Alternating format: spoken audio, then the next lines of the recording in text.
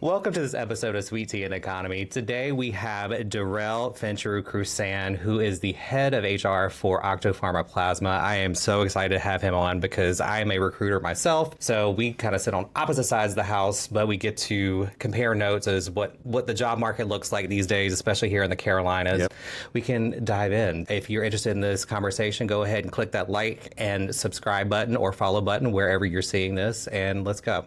So, awesome. Darrell, thanks so much for being here today. Thank you so much for having me. Yeah. So you are the head of human resources for Octapharma Plasma. Yep. So not to be too on the nose, but what does that mean? Like, what do you do at Octapharma Plasma? Yeah. So that's a good question. Or what don't you do at Octapharma Plasma? What I don't do is all things people. So head of HR at what we call OPI, and that's for short. And I think all things human capital. So everything from strategic HR business partnering to employee relations, talent acquisition, have a team of folks that are focused on talent management. So how do we think about learning, development, succession planning? I have a group of folks that help us with our HR platforms and total rewards and benefit operations, and also compliance and policy. So as we are thinking about all the ever-changing laws, rules, and regs, really making sure that we're adhering to those while still balancing the needs of the business. Okay. Yeah, that's quite a lot. Let's just start with something easy, cover letters. Oh, good. Easy. Something easy. Do you like them? Do you read them? Hate them. You hate them. Okay. What do you prefer?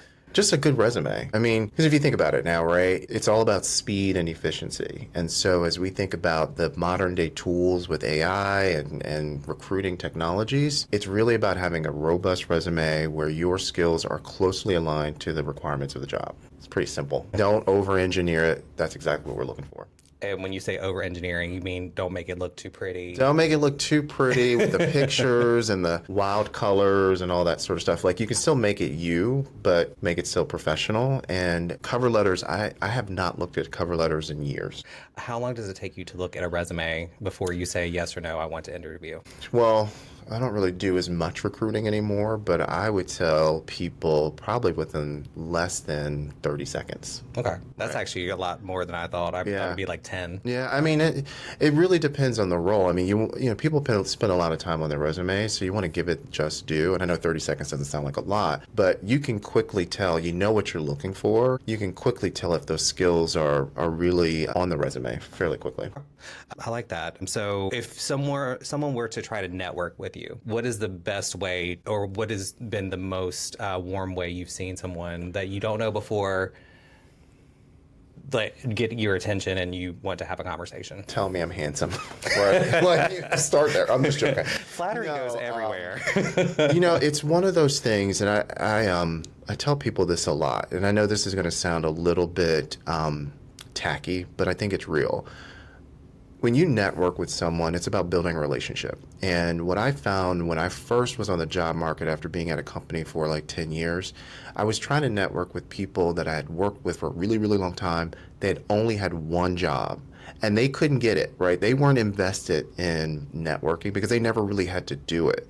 And so what I really kind of look at for is people who've moved around a bit because they have an appreciation for the job market, what it means to invest in other relationships, and they're willing to pay it forward. So, you know, for me, it's not necessarily you got to give me something to get something, but I think you got to come into a situation where you're willing to be open to really getting to know and invest in a relationship. Say one other thing, it's sometimes, I would always say, and it's not at that very moment when you want that job. Sure. Right. So there's a posting out there, and all of a sudden you want to network with me, right? And it's like, okay, you want something, I get it, but I'm not going to operate at your time the way you want to sometimes. Okay. And sometimes it comes off a little bit, pushy. Yeah. So it's more like staying on your radar. So are you for a LinkedIn connection or against it? I am. I'm totally in. Okay. I totally am. And I think for me, and I get a lot of sales calls on LinkedIn. So I'm constantly like, okay, scrolling through. But, you know, the folks that I connect with, they approach me in a very authentic way of, hey, here's what I'm trying to do. Here's what I'm looking to try to accomplish. Here's what, you know, I might be able to share with you that might be of help. And those are the ones that I generally respond to. Okay. And when that's happening, is that with like the send a note when connecting sort of situation? Okay. Yeah.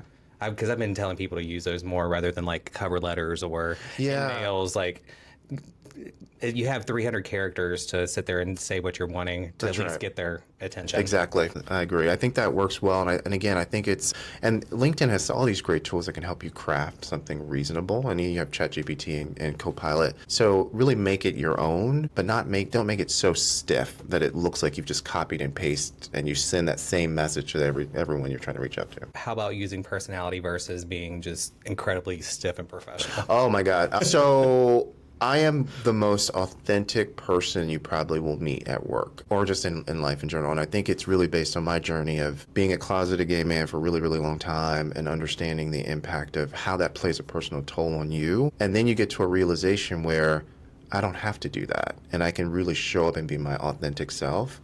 And you want everybody around you to feel like that. So for me, especially as a leader, it's so important that I have people feeling like they can bring their best self to work or in any situation. So, I'm all about who I am, what I'm going to be, what I'm going to do, and all that sort of stuff. And people see the real me, and I think it causes them to be themselves. It's really easy to it's really easy to pick out people that are pretending and not really being authentic. And is that by what they say or like their energy? Or It's both. It's a little bit of everything, right? you've been in this a while. Yeah, I've been doing it for a long time. When you pretending to be somebody that you're not for a long time, you get pretty good at picking it out. I hear you. As far as what your thoughts are on the job market, obviously we went remote for a while. Now we're kind of returned to office, some hybrid, some of this. Yeah. Do you have a particular stance on it? Or I do. Okay. So listen, I'm going to be real honest with you. In 2022, when we started going back to the office, I was like, why do we need to go back to the office? This works out perfectly. Like, this is great. The no commute, you save money and all that sort of thing. But the one thing that I'm really, over the last couple years, I've really started to focus on is, as you're in this job market today, the world is changing so quickly, and you have to stay relevant. And can you stay relevant at home? Yes. But can you really build authentic, meaningful, productive relationships for the long term?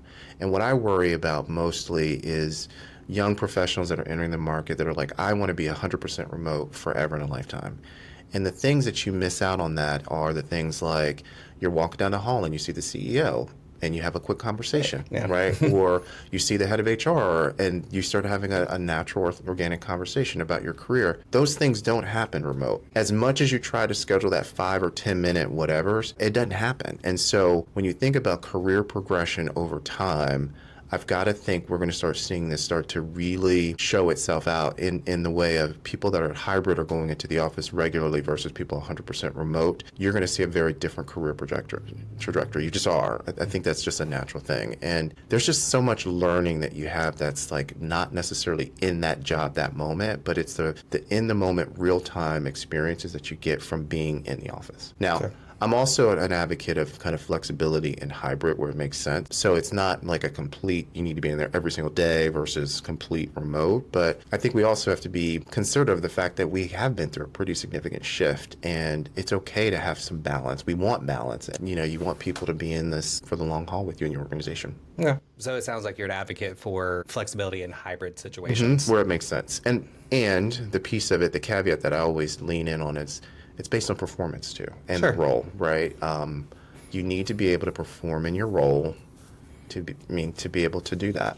Yeah, I like that. Beyond that, what are your interests outside of being obviously the head of HR? You did mention that you came out later in life. Mm-hmm. What are your interests outside of that keeps your head on your shoulders correctly? I wouldn't say that. I'm crazy. I would say what I enjoy is my husband and I, we love to go to the mountains. So we love like Asheville, Boone. We do enjoy road trips and traveling. Now, I will tell you, I will not be in a car longer than 4 hours. It just doesn't work anymore. But we like to just, we've gotten into this thing where we like to just do new things, to try new experiences through travel. Also love to cook. Enjoy just being around my people. right? Family, my chosen family, my friends, and my kids. So I enjoy it. I feel like as I am aging, I feel like my close-knit circle is getting smaller. It is. Like I use the F word very infrequently now. Yeah. Friends, not anything. Oh, other I F was like, words. wait a minute. Wait. No, that one I use I a know lot. No, I use that one a lot. But the word friend, like I feel like I've yanked back on that quite a bit because it's just like who fills your cup, and Yeah. it's like we have our obligations that empty our cup. The ones that we choose to be around, our chosen friends, chosen family that actually make you feel better. Yeah. And yeah, I feel like that's somewhat of a selfish way, No. self-centered thing to look at. But I don't mean, think do you so. feel the same way? I feel the same exact way. And it's interesting because I'm a big advocate of Brene Brown. And so she did this interview, I think, with Oprah a couple years ago that said, if you have that one friend or two friends that you can really go through the fire with, you are winning, right? And I know for myself personally, especially over the last, I would say 5 years or so, and it's not like I don't have a lot of folks that I enjoy, but there are people that, to your point, fill my cup. And it's a small circle of them that we enjoy each other. We enjoy kind of experiences together. We do a lot of things through the holidays. And life is hard. There's a lot of hard things that are happening, around us. And I want to feel safe. I want to feel supported. I want to feel loved. And I want to feel like I can have fun and be my true self. I don't want to have to put airs on for anybody else when I'm not working, right? So it matters. So I agree with you 100%. Okay. What's your views on, obviously you have professional relationships and then you have personal relationships, like that hybridizing, that blending. Like I know you work wise. I also know you, like, do you have those, or are you an advocate for those, or do you like to separate? I've worked with some amazing people today in my current situation. I love my team. I've worked with some really great people, but I feel like it's important that we have space. We all need to have our own space and our own distance. And when I'm not at work, I am not working. And I don't want to talk about work. I don't want to bring it up because I'm not there. And so I've intentionally tried to keep a little bit of distance, not because I don't care. And my team knows that I care and I really do appreciate what they do every day. But it's important for me to give them space because they're probably sick of me. Like, we're there together all the time. I need space. They need space. And I think it works. It works well. So I'm going to ask you some advice that you would give to people of a different age bracket or where they are in their career to get ahead. So to someone that's just graduating college, either right now or in the past couple of years, and they're still struggling to get that first like corporate role, what's your advice to them? Well, that's a good question. So a couple things. I think it's building the relationship, right? So really start to get active in your networking. I would say volunteer. So if there's a certain type of work that you're enjoying or that you majored in, start volunteering, building skills, building connections that way. I think that's helpful. And I think it's one of those things, you got to surround yourself with people in your support that's going to be truly supportive, right?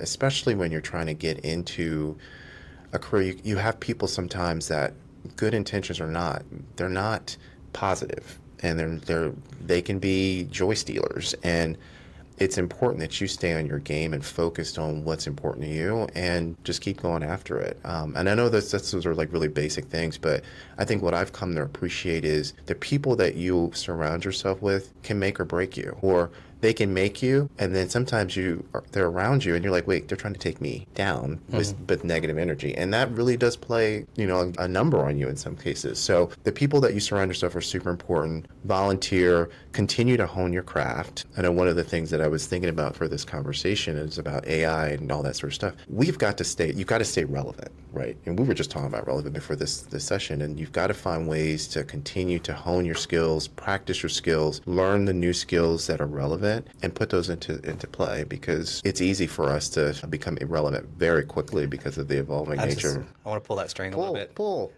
Relevancy. What do you mean by staying relevant?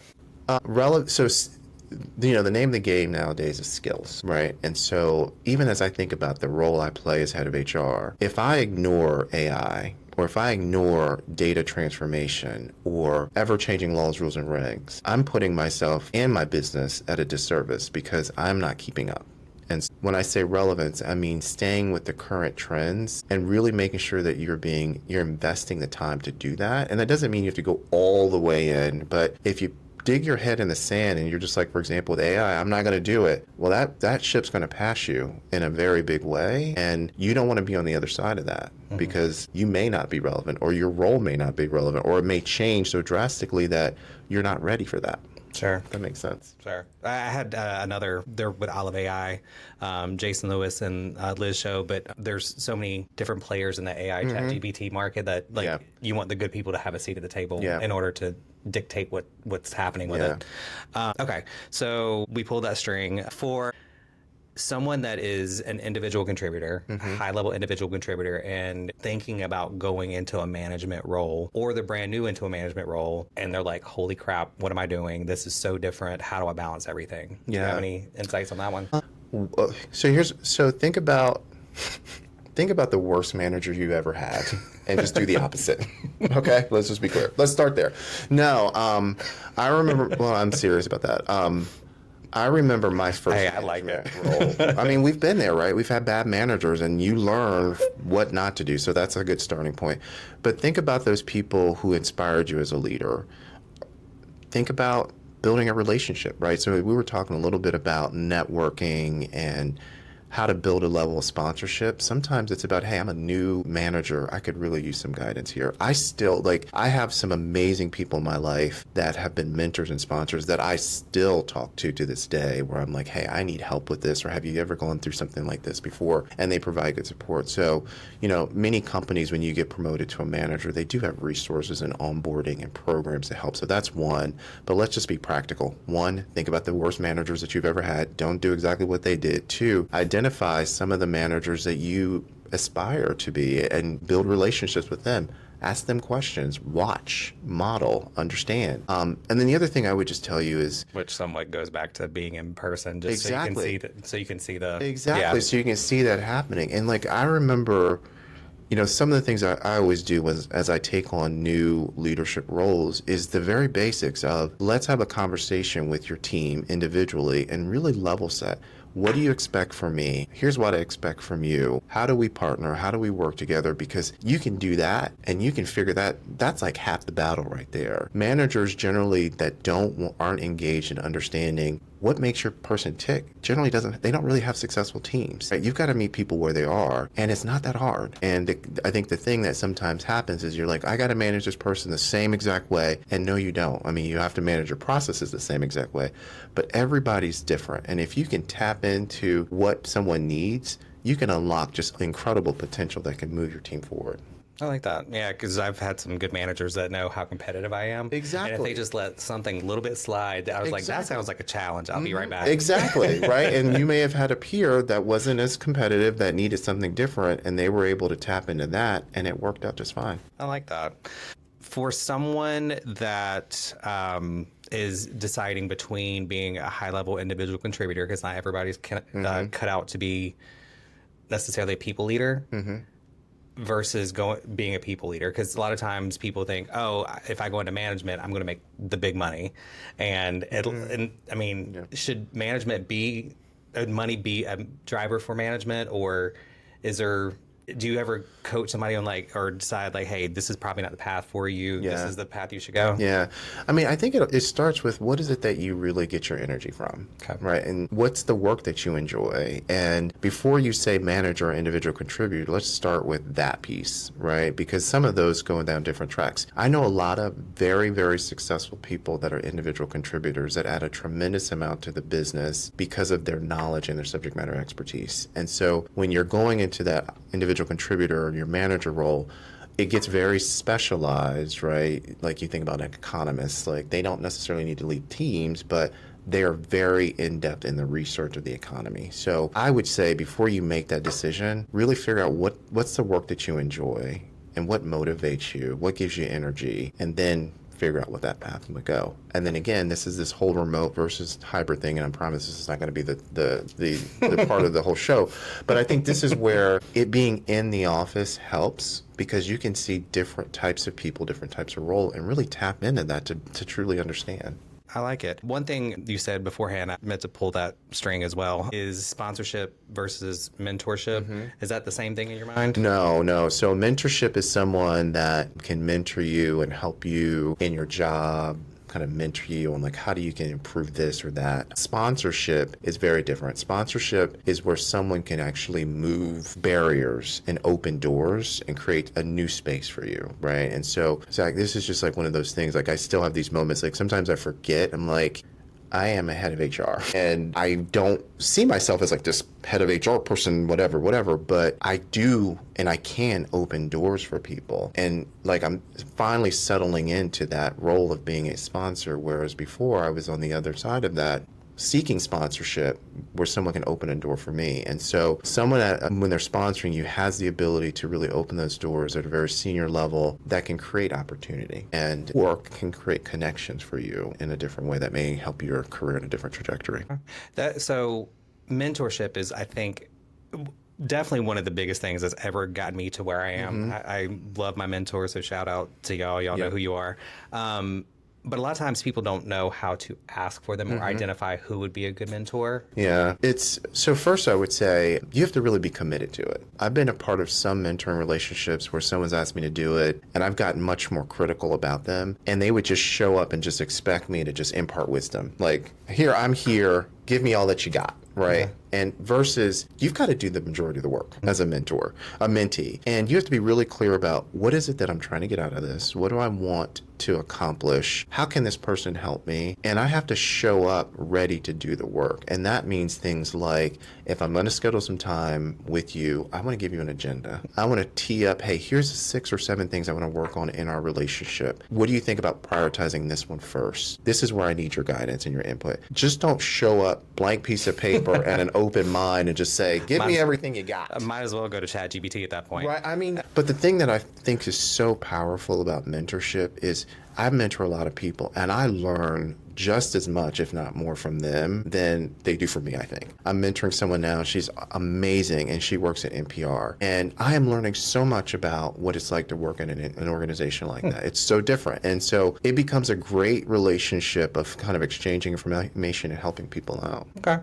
But you got to do the work, though. So how does that begin? So I know how mine began, and that's not necessarily typical of everybody's, and every single relationship began differently. But like, is there a formula to asking someone to be my mentor or? Yeah, I mean, some organizations, they do offer mentorship programs, but the ones that and I do a lot of that too, but some of the things that I've done recently have been more kind of organic, where you build relationships with someone and someone will say, hey, would you be open to being my mentor? And I'm like, okay, yes, I am. What do you want to get out of this? Kind of what are you committed to? Like, how often do you want to meet? Like, really starting to set expectations around how that's going to look. And it's okay if you don't have all the answers, but you can have some conversation. But I think you've got to really enter a conversation like that with, hey, here's what I'm really struggling with, or here's what I want to improve on, or here's what I want to do in my career next. I could really use advice here. You also have to be okay if someone says no, or they say, hey, I can't do this right now, but you might want to try this person. And you got to be okay with that. And then the other thing I would say, Zach, and you didn't ask me this, but I'm going to give it to you anyway. When we talk about building relationships, and I'm talking more outside of networking, like people feel like, oh my gosh, in order for me to build this relationship, I have to talk to this person every third Thursday of the month for the rest of my life. And it doesn't have to be like that, right? I just do, like, for me, it's all about being organic. And so I have a really good person that I've been trying to kind of catch up with for a really long time. And I've gotten to the fact that just like sometimes when people pop in your brain, just send them a note. Hey, I've been thinking about you. Here's this new kind of iPod, these podcast things that I think would be great for you. And then people do that all the time. And it's just so organic. And then when you really have time, let's grab lunch, right? And so don't make it so systemic. So authentic, but being intentional. That's right. And setting out exactly what you're trying to get out of this, and then just keep up with them. Just keep up. Yeah, I like that. I'm trying to think of anything else. Is there anything else that you would like to let our followers know? Yes. And I've been pretty big on this lately, is around authenticity. And we talked a little bit about that. And I feel like we're in a state of a lot of things are going on around us where it would be really easy to try to be something we're not. And I feel like we've just got to be so true to ourselves because our well-being, our work performance, our home performance is really attributed to us being able to show up the way we were made to be every single day. And as I think about your listeners entering the workforce or staying in the workforce, you've got to really ask yourself, am I in an environment where I can thrive? Let's be smart about it, because we're not going to quit, right, job. But that is so important. And I think as I've gotten older, I turned 50 last year, I've come to appreciate, like, this is who I am. And let me just be clear. I'm not changing who I am for anybody, but let me also be clear. I'm going to deliver and give you really good performance. The best of me. To be the best of me, because my performance is table stakes.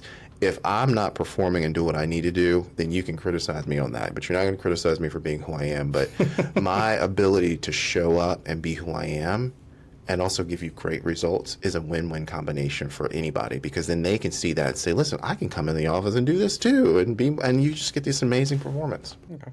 So I with that, I have heard people, the way they talk about authenticity. Authenticity is being who you are, but not being necessarily lazy or doing less than. Like I think, because a lot of times people think, oh, I'm an introvert, I'm shy.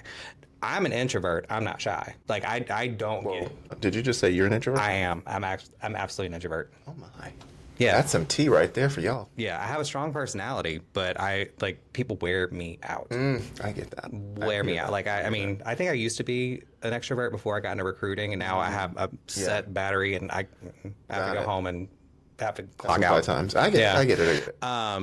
But with authenticity, it's like, are you authentically lazy? Like, don't do that. Like, if you are who you are, where you get your energy, or what makes you the best version of yourself, that's authentic. That's authentic. We're not saying do a lesser job. That's exactly.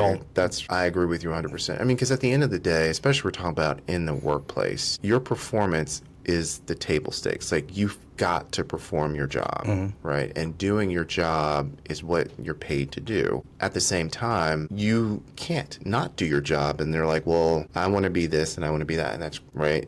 It works both ways, right? So, for me, it's about, I'm really good at what I do. I feel good about the work that I get to do, and I feel blessed that I get to do it every day. But I perform, and there's no question about that. But part of my ability to perform is my ability to come into the work and be my authentic self. I think that is a great way to end on that, unless you have anything else you would like to say. No, this has been painless and fun, and I appreciate it. You heard that, so all the other guests I'm going to have on here, painless and fun. We try to have a good conversation here, but this has been Darrell Fincher-Crusan, who is the head of HR for Octapharma Plasma here in Charlotte. And if you have enjoyed this episode, please share this with your friends, your network, hit the like button, do whatever you need to give us some love, but we will see you next time. Awesome.